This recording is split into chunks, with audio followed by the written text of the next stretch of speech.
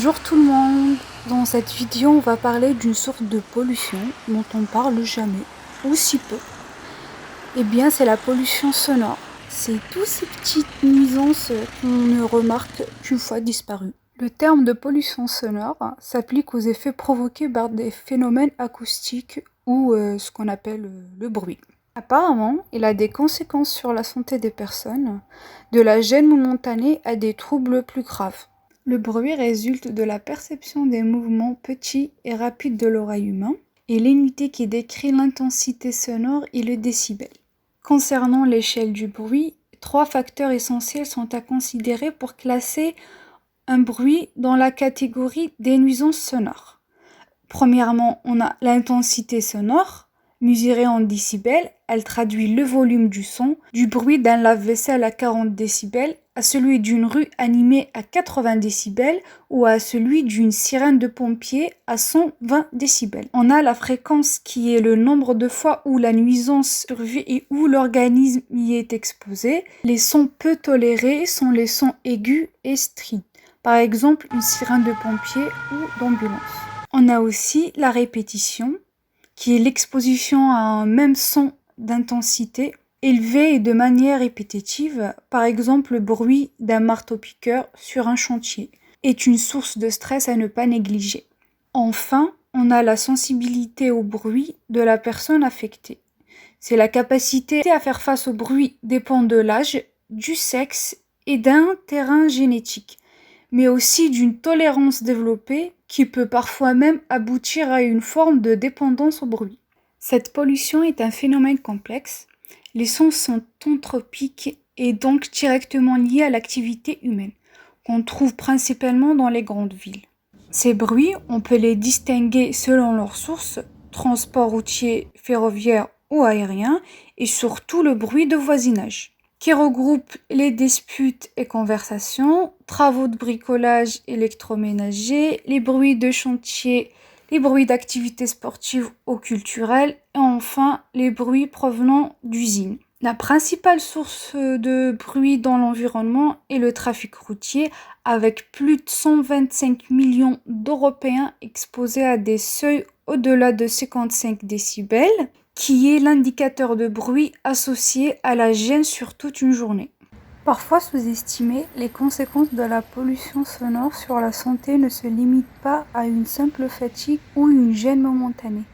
Selon une étude publiée par l'OMS en 2011, les nuisances sonores sont à l'origine en Europe occidentale et chaque année de maladies cardiovasculaires, des troubles cognitifs comme la détérioration de la mémoire et des facultés mentales, des perturbations du sommeil, fatigue auditive, difficultés de concentration, névrosité, irritabilité ou agressivité, stress et enfin troubles de l'apprentissage à l'école.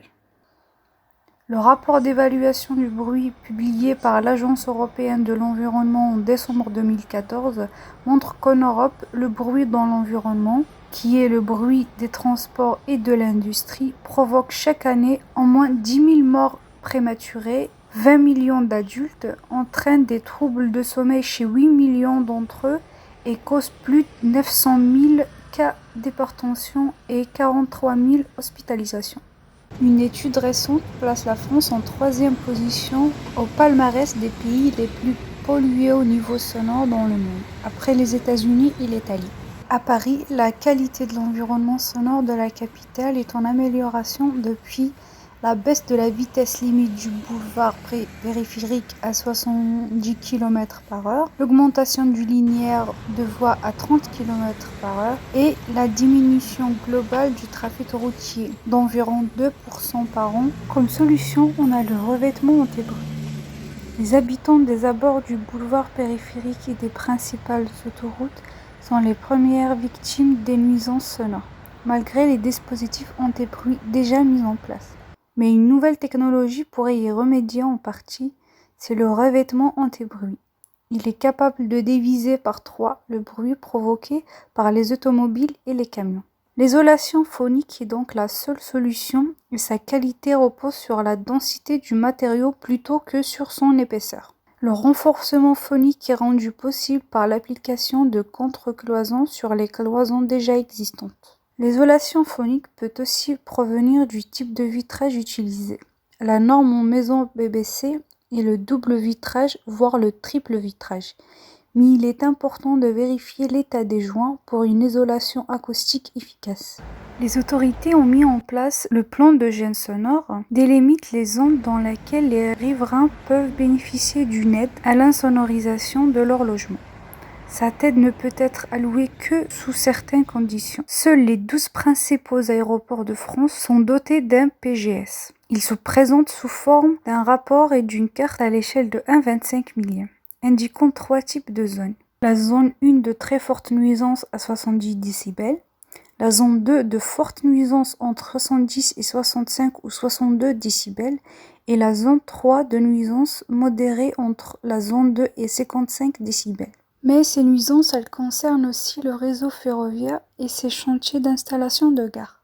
Dans le cas du Grand Paris Express, qui est un projet de réseau de transport public composé de 4 lignes de métro automatique autour de Paris et de l'extension de 2 lignes existantes, et pour creuser ces 33 km de la ligne 15, il faut des tunneliers qui travaillent 8 heures par jour et 6 jours sur 7 depuis avril 2018. Le projet avance, mais j'ai un chantier installé à côté de chez moi. On rajoute les convois de camions tous les jours. Sans les bruits de chantier, je suis déjà entre 65 et 70 décibels, grâce à la A86 derrière mon logement. Après, je dis ça aussi pour les étudiants de l'université de Créteil et les habitants de cette charmante résidence pour personnes âgées. Grand Paris a une solution dans le cadre d'un partenariat avec Bruit Paris. Ils mettent en place un dispositif innovant de mesure et d'aide à la gestion des nuisances sonores au sein des chantiers de construction des lignes 15 Sud et 16. Et c'est l'installation des capteurs Méduse. Après tout, heureusement, j'habite un logement avec une isolation sonore des façades et du double vitrage. Regardez ça. Vous remarquez aussi la différence ? Mais non, dès 8 heures du matin, j'ai ça, imaginez. Je ferme, j'ouvre, je referme et je réouvre. Bah c'est pareil quand il reçoit les convois. Bon, il me reste une seule solution, c'est de porter des bouchons d'oreilles.